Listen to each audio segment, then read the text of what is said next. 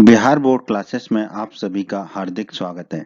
बच्चों, इस वीडियो में हम बिहार बोर्ड के कक्षा 9वीं के गणित के अध्याय 1 संख्या पद्धति की प्रश्नावली 1.1 के सभी प्रश्नों को बहुत आसान तरीके से हल करेंगे और समझेंगे। तो वीडियो को पूरा देखिएगा, अंत तक देखिएगा, जिससे इस एक वीडियो से आपके सारे कंसेप्ट क्लियर हो जाएंगे प्रश्नावली 1.1 के प्रश्नों को हल करने के लिए। बच्चों, जैसा कि आप जानते ही हैं कि अब बिहार बोर्ड ने एनसीईआरटी का सिलेबस लागू कर दिया है, तो बिहार बोर्ड जो है अब एनसीईआरटी को फॉलो कर रहा है, इसलिए ये वीडियो भी एनसीईआरटी के सिलेबस पर ही आधारित है जो अभी बिहार बोर्ड ने लागू किया है।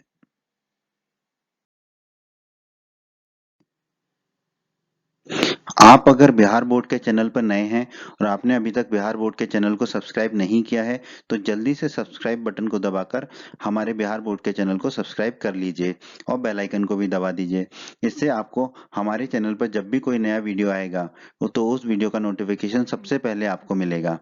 और जब भी आप यूट्यूब पर सर्च करेंगे वीडियोस को, तो हमारे चैनल के वीडियोस आपको ऊपर दिखाई देने लगेंगे।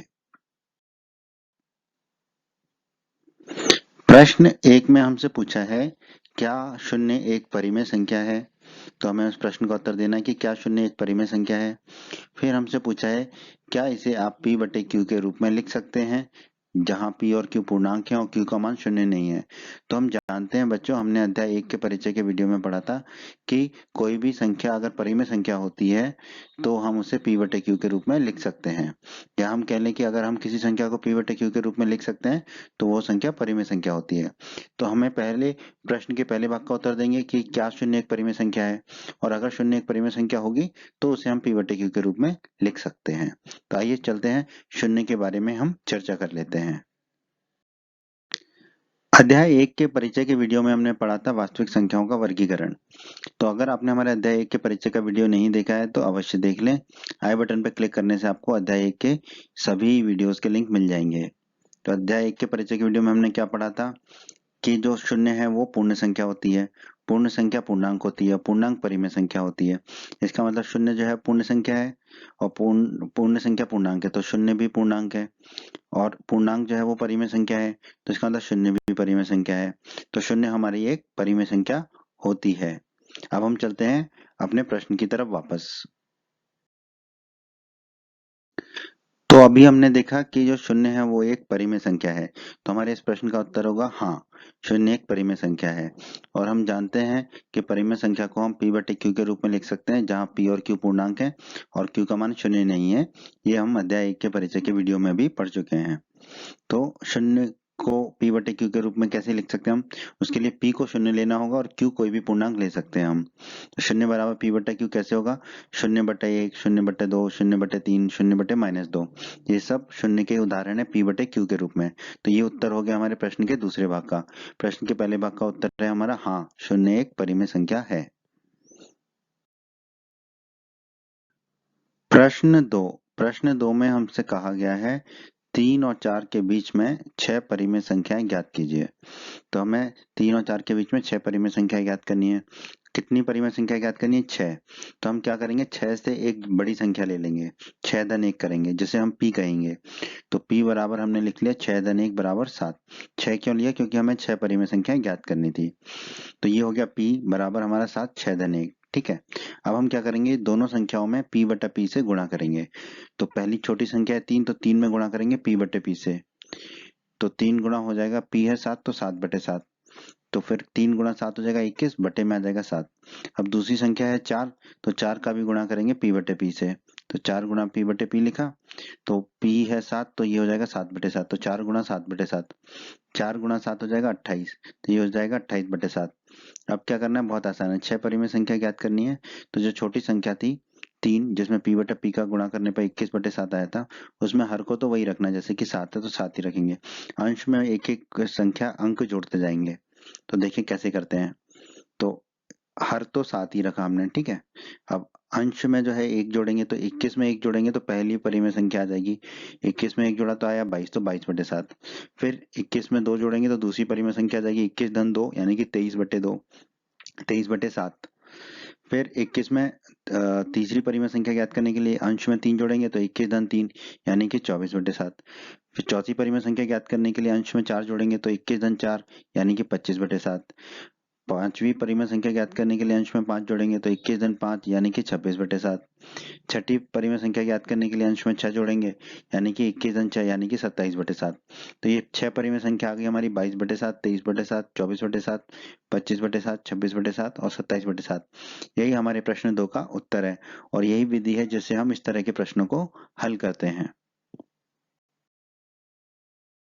प्रश्न 3 बिल्कुल प्रश्न 2 की तरह ही है। प्रश्न 3 में हमसे कहा गया 3/5 और 4/5 के बीच 5 परिमेय संख्याएं ज्ञात कीजिए। तो कितनी परिमेय संख्या ज्ञात करनी है? 5। तो हम सबसे पहले एक p निकालते हैं जो जितनी परिमेय संख्या ज्ञात करनी होती है उससे एक ज्यादा होता है। तो यहाँ पर 5 परिमेय संख्या ज्ञात करनी तो 5 से एक अधिक होगा p। तो p होगा 5 धन 1 यानी कि 6। तो p आ गया 6। अब क्या करेंगे? छोटी संख्या और बड़ी संख्या दोनों में p बटा p से गुणा कर देंगे। तो पहले छोटी संख्या 3/5 में गुणा कर देते हैं p बटा p से। 3/5 में गुणा किया p बटा p से। तो p है 6 तो 6/6 से गुणा होगा 3/5 का। तो ऊपर आ जाएगा 3 गुणा 6 18, नीचे आ जाएगा 5 गुणा 6 30। अब दूसरी संख्या 4/5 में भी p बटे p का गुणा कर देते हैं। तो 4/5 में भी p बटे p का गुणा किया तो ये आएगा 4/5 गुणा p है 6 तो 6/6 से गुणा हो जाएगा। अब ऊपर 4 गुणा 6 हो जाएगा 24, नीचे 5 गुणा 6 हो जाएगा 30। अब बहुत ही आसान है, हमें 5 परिमेय संख्या ज्ञात करनी है तो जो छोटी संख्या है उसके हर को वैसे की वैसे ही रखेंगे यानी कि 30। ठीक है, अंश में बस एक एक जोड़ते जाएंगे। तो पहली परिमेय संख्या ज्ञात करने के लिए अंश में एक जोड़ देंगे तो 18 धन 1 हो जाएगा 19। बट्टे में हर में 30 रहेगा, सबके हर में 30 रहेगा। ठीक है, तो पहली परिमेय संख्या आ गई 19/30।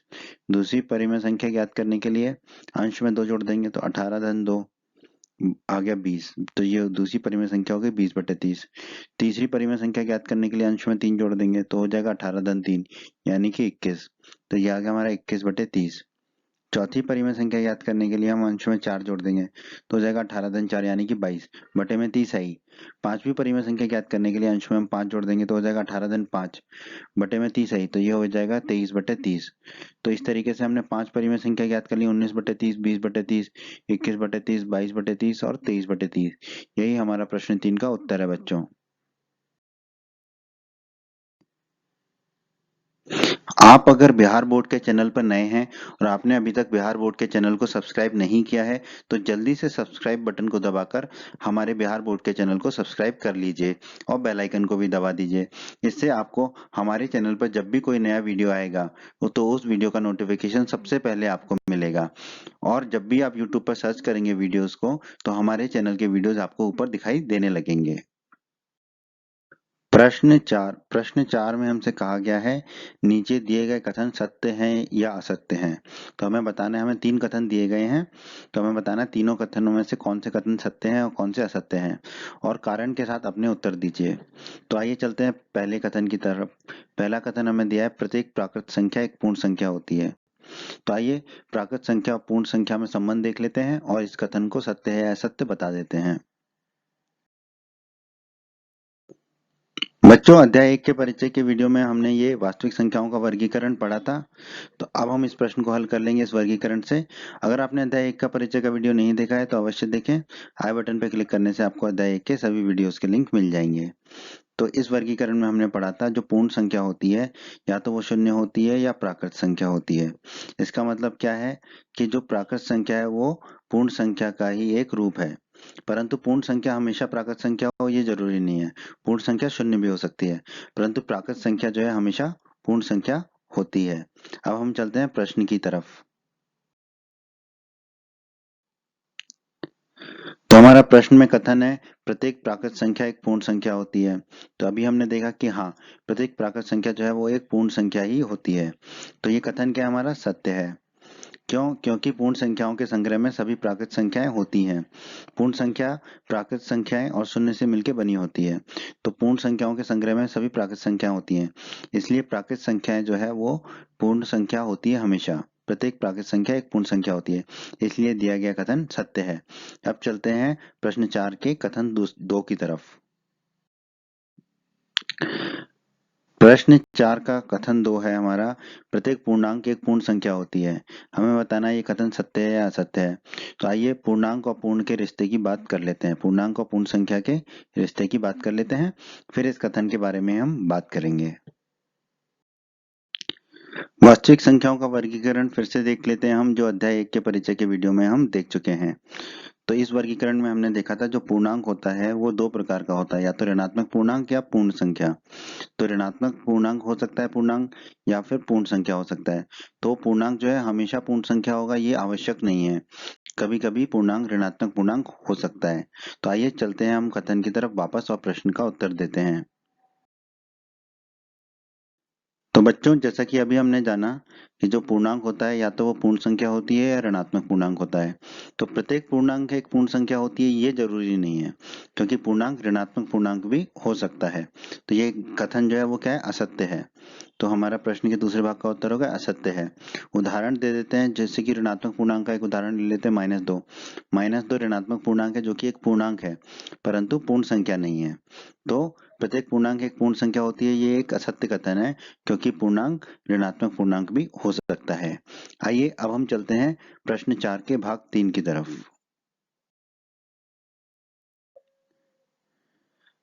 प्रश्न 4 के भाग 3 यानी कि अंतिम भाग में हमें कथन दिया गया है, प्रत्येक परिमेय संख्या एक पूर्ण संख्या होती है।